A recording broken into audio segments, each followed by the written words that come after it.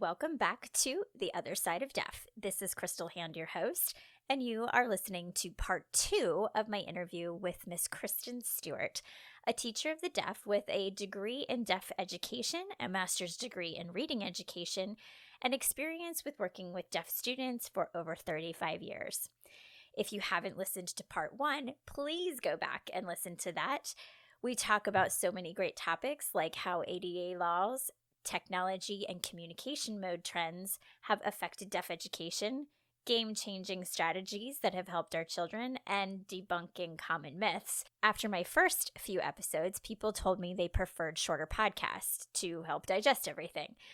But there is so many great things that Kristen and I have to say that I just didn't want to limit it. So enter part 2 of our discussion. So I am going to just jump right into where we left off and start with my next topic. So Kristen, let's get started. Okay, so the next topic is kind of a weird question, but I want to bring this up because as we got involved in the deaf community, there were a lot of times that I saw parents kind of be restrictive of expectations of their child. For me, I never let that be something that I allowed in my house. My children know that I've always told them that their deafness is not an excuse to not succeed in something. They just have to work a little harder for it. But that's not an attitude that we have with a lot of parents. I see a lot of my children's friends have lower expectations for their children in not just education, but the activities that they can be included in or participate in, whether that's sports or music.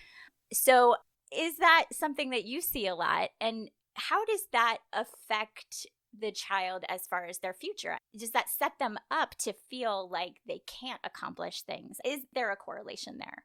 I would agree. That's a big pet peeve of mine. I think we as educators, wherever we set the bar, the kids are going to try to get to the bar. Kids, they want to please you as an educator. That's been my experience, and they want to do well. And so I'm going to keep moving that bar up. I think it's a detriment if you just set the bar at a certain level and say, okay, that's as far as we're going to go, or this activity, that's all we're going to do. I think you're limiting the abilities and the passions, and how far is that student going to know how far they can push themselves if they are constantly hitting a ceiling, or like they've been told, oh, that's all you can do. I have told my students for years that I think it's important that you can do anything you set your mind to, but you're going to have to work. It's not all sunshine and roses and like, oh, here's your sticker. You did well today. No, you're going to have days that you fail. You're going to have days that you are going to be successful. And I think keeping it realistic and being honest with them, this is what I expect from you, I think is really important. I think many of my colleagues would agree with me that if we set the bar low, they're going to go there. I think it has to be higher for our population because they already have one strike against them being deaf. And I don't even think that's a strike against them. They're just going to have to work harder. They can accomplish whatever they want to do, whatever the goal they set for themselves. I see them fulfilling it. So yeah, that tweaks me a little bit.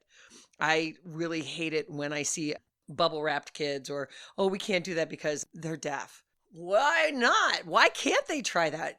If it was easy, everybody would do it. And life's going to throw us curves and life's going to make it hard for us. So let's set the expectation and say, let's see it. So as a parent, I can tell you it just takes a lot of work. And I do feel like there's sometimes that parents just aren't up for it.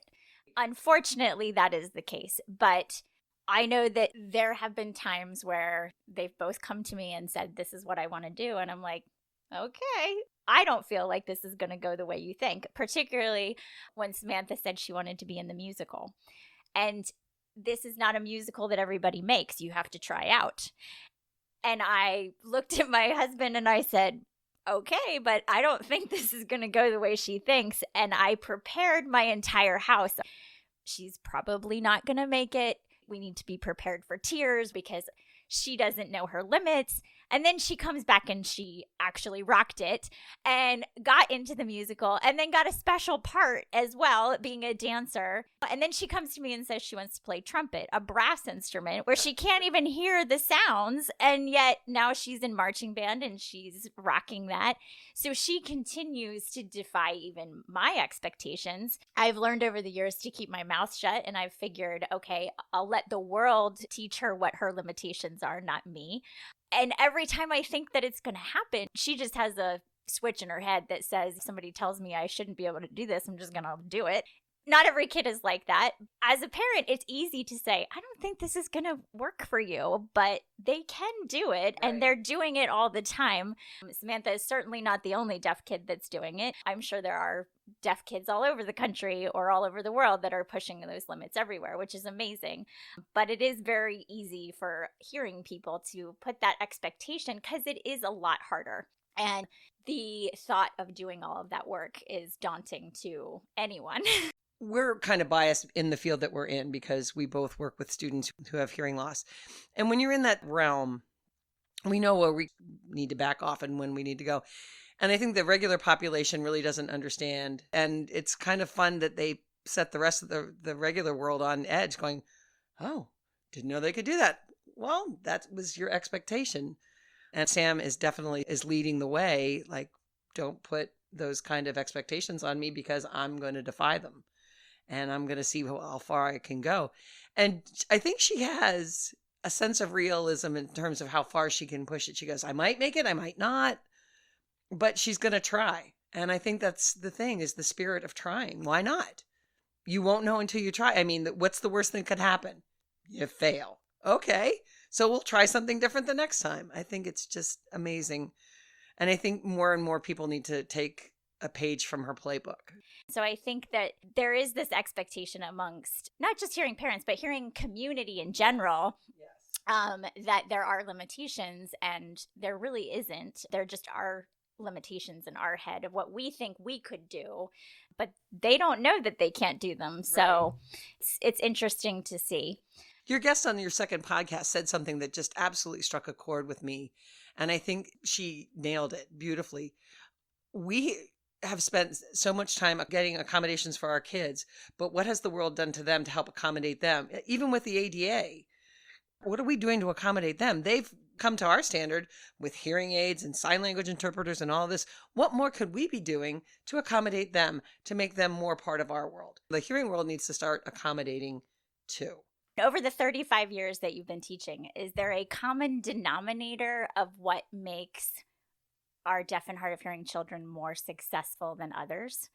Or when I say success, I mean success in not just education, but also social success, as far as having friends and academically being on par with reading, graduating with those things. Is there a common denominator?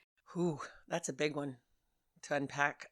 I think the social piece is kind of difficult, especially for students who are mainstreamed. That's always my biggest concern of our students.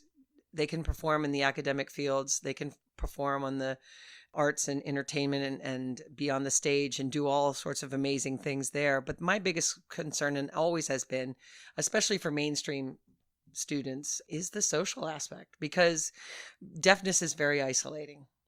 And to try to find ways to get students to try new things, interact with other people. Some of the teachers that I work with have done a deaf lunch where students have invited their friends and they learn sign language while they eat lunch together so that they have someone to talk to.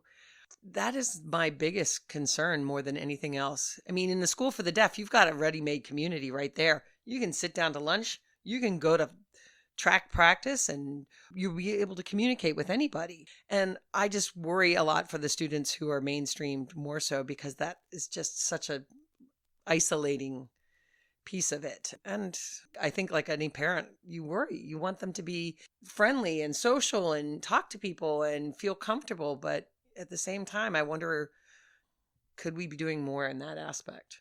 So bringing that up, so let's talk about mainstream school and deaf school. Okay, so as you said, in the deaf school, you have all these classes, everything is immersed. But the other thing about kids with hearing loss is not every kid is deaf. That's true. There's a lot of children who are hard of hearing, who don't feel like they fit in the deaf community. My son is actually one of them. He has never felt like he belonged in the deaf community because he is not a signer. And as there are more children who are using less sign language, particularly the cochlear implant kids, you have this whole community of hard of hearing children that would not really necessarily thrive in a deaf school, and they're mainstreamed. So how do they fit into all of this? And even with the profound deaf kids, is it always better to have them in deaf school, or is it sometimes better to just keep them in a mainstream school? Like, what is your overall picture of that? Because again, this is another thing that's a very personal choice for families. And we also have to mention that there are some culturally deaf families who have deaf parents and deaf children. So it makes more sense for them to be in a deaf school because it's their culture and world. But as I said before, over 95% of our deaf children are born to hearing parents. So you have a blend of this wanting to be in the hearing world, wanting to be in the deaf world, and then this whole group of children who, on the various degrees of hearing loss, whether that's mild hearing loss to severe hearing loss, they don't fit into that deaf culture world, and they're mainstreamed. So how does that all fit in when we're talking about school and making friends and learning to communicate with other people? Because as my son has said before, I don't belong in the hearing world because I'm not hearing, but I don't belong in the deaf world because I'm not deaf. And I feel like there's a lot of kids in that area. I think you're right. I'm seeing more of that. I'm seeing more students who have unilateral hearing loss and are not aided with either a hearing aid or a cochlear implant. And I'm not sure why that is. I'm seeing a lot of kids who have a mild hearing loss, may have a hearing aid, and they're mainstream and they're in the regular educational classroom. My opinion on that has changed over the years. When I first started in education, I felt that deaf schools were the way to go because it provided that social piece. But I thought that was quite naive, and I was very young, and it was, you need to know sign language and you need to be in a deaf school and mainstreaming is bad. But as I've gone from working in both deaf schools and being a mainstream teacher of the deaf, I kind of dance in both worlds, I think, now, and look at helping those students who have the mild and moderate hearing losses who don't know sign language but yet need those accommodations. Again, the judgments that I made when I was younger are not the things that I can do now because I think it comes down to what's going to be best for the child, what's going to be best for their education, what's going to be best for them to grow and be a social, happy, well-rounded student and child. I have students in the middle school and in the elementary buildings who have mild hearing losses, and some of them wear FMs and some of them don't. I have one student who is completely deaf in one side and has no hearing mechanisms, no cochlear, nothing in the one side, and only has one side that he can hear. And so it's educating the populace of how can we accommodate for them instead of them accommodating to us. Yeah, deaf schools versus mainstreaming. I have colleagues who are deaf who were mainstream and they turned out fine and they signed. I think it's getting the communication to them early. I think bottom line, it's about getting them the access, getting them the language. And language can be sign language when they're younger. I mean, look how many students who have been nonverbal when they are younger, they have hearing, but they sign. There's a lot of students who have autism that use sign language as a form of communication. That language is the biggest piece. You're going to get language whether you take your student to a deaf school or you take them to a preschool and they sign. Yeah, and I think a lot of parents when they're younger don't realize that it's not a one size fits all. We have decided for our family that we did not want Samantha in a all deaf school. All I know is that where she's at, she is doing so well academically that to make a big change like that, I don't know it would be beneficial for her. But with that said, one of her best friends just recently went to a deaf school, and in talking even with Samantha, she has said that is the best place for her. And some of it has to do with the fact that when you have a more culturally deaf child that is not verbal, that relies mostly on sign language and no other communication. Again, just my opinion, but I think mainstream schools are much more difficult for children like that because they can't communicate without an interpreter. And when you're talking about teenagers, they want to have conversations where there's not an adult around listening. And when you have an interpreter standing there, it's not as fun. And that's the incidental learnings that we as hearing people take for granted. The things that we've picked up in hallways as a kid, the whispers amongst the class, you learn all your social rules and regulations and all those cues from incidental learning, just from things that you've overheard. So those things are really important and crucial for our kids. Let's talk about working with regular education teachers. So I can tell you that 90% of our experience with regular education teachers is great. I have friends and family members who are teachers. I know how hard they work. And especially the current culture has definitely changed their entire profession. But I always, with each one of my kids, I always have that one teacher. We joke about it now. I'm always like, well, that's the teacher. That's that one teacher who refuses to accommodate, who comes back to me 4 months into the school saying, do we really need them to have note taking? Or does she really need an interpreter for this? Or even last year, there were a lot of times where my daughter would show up to virtual class because it was during COVID, and the teacher would accidentally kick the interpreter out. And so let's talk about regular education teachers and how do we manage that? Because like I said, 90% of them, they're great. They want to do wonderful things. They want to help our kids, but they also have 25 other kids in their class. And some of them also have IEPs and behavioral problems and all of these other things. And sometimes you just get a teacher who is just not great. Let's just be honest, And I hate saying that because I don't want to give a bad name to teachers in general. Like I said, most of them are awesome. So what is your experience with dealing with that? I've been working really hard these past few years in the district that I'm in to educate the regular ed teachers. And it's finesse and communication and trust. I spend a lot of time just talking to them and saying, this is not going to be as difficult as you think it is, laying their fears, because it's the unknown that's coming into their classroom. And how do I prepare for that? How is this going to take over my classroom? What's it going to do?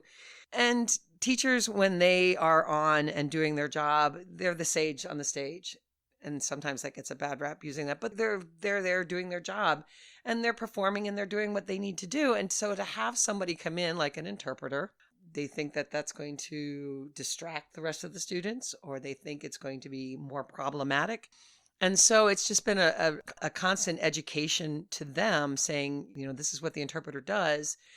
Some are better accepting of it than others. That's true. Some of us as educators, we have our way. We're going to do it this way. And by gosh, that's the way it's going to be done. But I've been really fortunate in that the group of colleagues that I've worked with over the past several years have been amazing. And they're curious and they want to know how else they can help.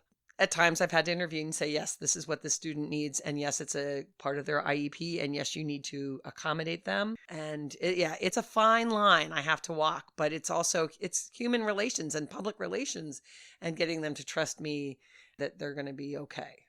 And I think that's something that a lot of people don't think about as part of a teacher of the deaf's job. Mm-hmm. And honestly, I can say that having teachers of the deaf for my children is probably the biggest thing that I would tell other parents that you need to have. When they are in a regular education setting, even if they don't have accommodations where they're seeing a teacher of the deaf for speech or whatever that is, having a teacher of the deaf in the school that's at least checking in with your child a couple times a week is 100% the most important thing, in my opinion, because how many times do I come to the teacher of the deaf before I go to the regular education teacher and I say, hey, this is an issue. Maybe you can go and observe the class and seeing what's happening, because I can't tell with my child if they don't understand the content or if they're not getting the accommodations they need. Or if there's a teacher who my daughter has said 20 times, I need closed captionings.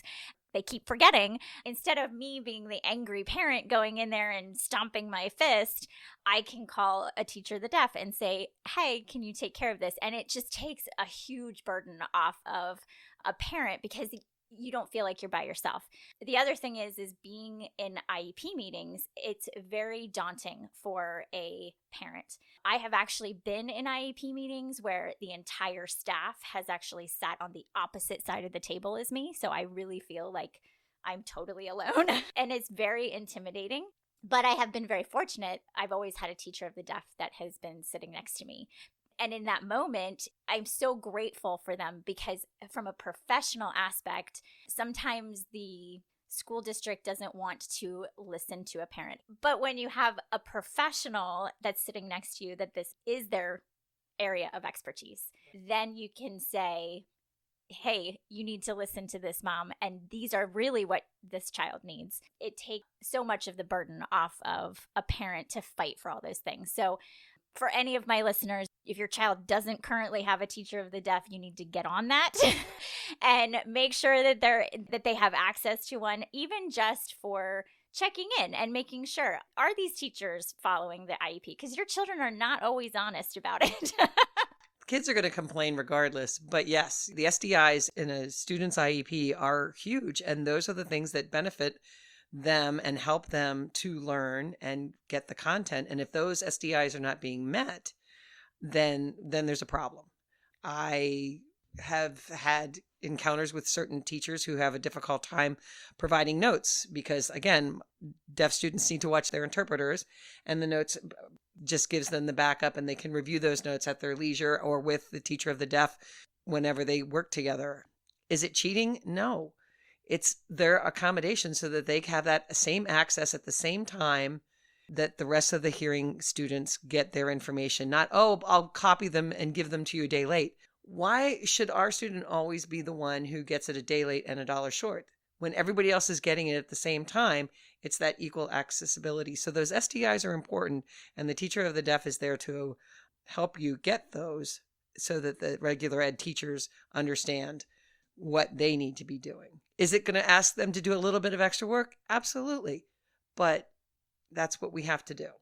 So let's talk about COVID because it's 2021 and we can't go without talking about that. Whether you agree or disagree with masks or all this other stuff that's currently in the political arena, it has definitely affected our children. So I know for my children, they had and still do have a lot of anxiety about masks. It makes it very, very difficult for them to socialize in school. It has isolated them in a way that more so than it was before. Yes, because they can't see their mouths. And although in our IEPs we can say teachers have to wear clear masks, we cannot ask that of other children. And so it essentially has limited the ability for my children to interact in a meaningful way at a peer relationship. And then, of course, we have virtual learning, which has gotten better over the last year, but when we first started was a complete disaster. Do you feel like this is going to permanently change our way of teaching and our way of life in school? And will our children have detrimental effects years from now? I hope not. I think what it has done for regular ed, it really has pushed them to think outside the box and provide ways to reach students. I think it pushed everybody outside the box to think differently about how we present and teach. And it really brought to light what there are good captions and there are bad captions. I could write a dissertation on, but the movie has captions, but the video has captions. If I hear that one more time, I think I'm going to scream because not all captions are equal and not all students are going to catch what's said, and some captions are fast and so on and so forth. So I think what COVID did for regular teachers is they had to think outside the box. They had to find a way to present their material in a way that was going to reach everybody. And we talk about multiple modalities in our classroom. We're constantly, if we're not writing, we're reading, we're acting, we're moving around, and there's all that multidisciplinary that we can do to reach kids, tactile, visual, movement, all of those things. And that went away with COVID. And Zoom only did so much, depending on what platform. I mean, Zoom was one platform. There were other platforms that were horrific because it would target whoever the speaker was, but you had to pin your Oh, it was just a nightmare for our kids. I talked to teachers about wearing the clear shields and educate them about that and how a student with a hearing loss is permitted to have a clear shield. And I think it comes down for those teachers to be comfortable, whether they're comfortable with it or not. I hope it doesn't become something that becomes part of our norm, because I do think it has a detrimental effect on most of the special ed populations, but deafness in particular, because they're completely cut off, more so now than they've ever been. So I hope it doesn't stick around. I hope we're able to get back to a normal way of communicating, interacting. But it's been a challenge for educators, for everybody. Even as a teacher of the deaf, it was challenging for me, but it brought to light to me ways I can do things online. Is it ideal? No. Nobody wants to be online learning for hours on end. And the other thing is, too, is that deaf children or hearing children, not every child has a home environment that's learning conducive. And so at our house, we are lucky enough that both my husband and I have been able to work from home. We've been here to help. But there's a lot of families that that's not working for. And virtual learning is very difficult for visual learners or tactile learners. I have a very good friend of mine who has a son who is ADD, and he does terrible with virtual because you can't get up and move around. You got to sit in front of the screen the whole day. And it's horrible. I would say that for COVID, the biggest challenge for us has been the masking, because I can't tell you how many times my kids have come home and they're just discouraged. They're like, I can't hear anybody. And then even at lunchtime, there for a while, now it's gotten better, but there for a while, they would make them sit 6 feet apart. Well, my children can't hear anything from 6 feet. Right. So even the moments that they weren't allowed to have masks on, they still couldn't communicate with their friends. So I think what I'm hoping for is that if it doesn't go back to normal, that we come up with a better solution, because I really feel that not just deaf kids, but also regular kids, there's a lot that they're missing. It muffles your voice. And so there's a lot that's being missed. And I really wonder sometimes, are we going to see a lot of speech delays amongst our youngest kids right now when they get a little older because of the muffled sound, because they can't see their lips? Even thinking about speech therapy, and I'm hoping in the next couple of months I'll have a speech therapist on here to talk about this. But, speech therapy relies a lot on being able to see your face and lips. Exactly. And how has that changed? I mean, I'm curious to find that out, because I don't know the answer to that. But that's definitely some things that are worth mentioning, because I think as a population, we've been so focused on the health and safety of everyone, which is a valid concern. But we forget that some of these decisions have bigger consequences on some of our smaller communities, or our communities with disabilities, whether that's hearing or autism or ADD or whatever. There's a lot of kids that are in those particular categories that are suffering right now. And so I think that's something that we've all put on the back burner, but it needs to be put front and center sooner rather than later. Again, I do a lot of the education that I can with my regular ed teachers, and providing shields, there's 2 different types of shields that we've used. I know that there's the mask with the clear plexiglass in the center, but that just gets fogged up and doesn't really work well. So I'm hoping I give my students the chance to take off their mask. I stay masked in the room. They take theirs off, just to give them a chance to be normal so they can communicate and talk to me. I agree with you on that one. There needs to be something better. Okay, so one last question, because we've been talking for a while, and I don't want to give our listeners too much listening fatigue, which we know is a real thing. So what is your advice to those teachers of the deaf that are just coming in? And what expectations should they have? And what's your advice for getting started in this? My advice would be open, be flexible, be ready to change and adapt, and to be an educator, not only just to the student, but to the populations that your student's going to be with, the educators. I think it's a great profession. I've loved it. I still love it. It challenges me every day. It makes me be creative in ways I never thought I could be. It pushes me. It's never the same every day.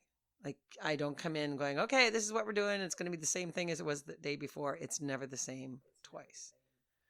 And I think it's the best profession anyway. For me, I think it's been the best profession ever. I love it. I absolutely love what I do. Well, thank you very much for being here.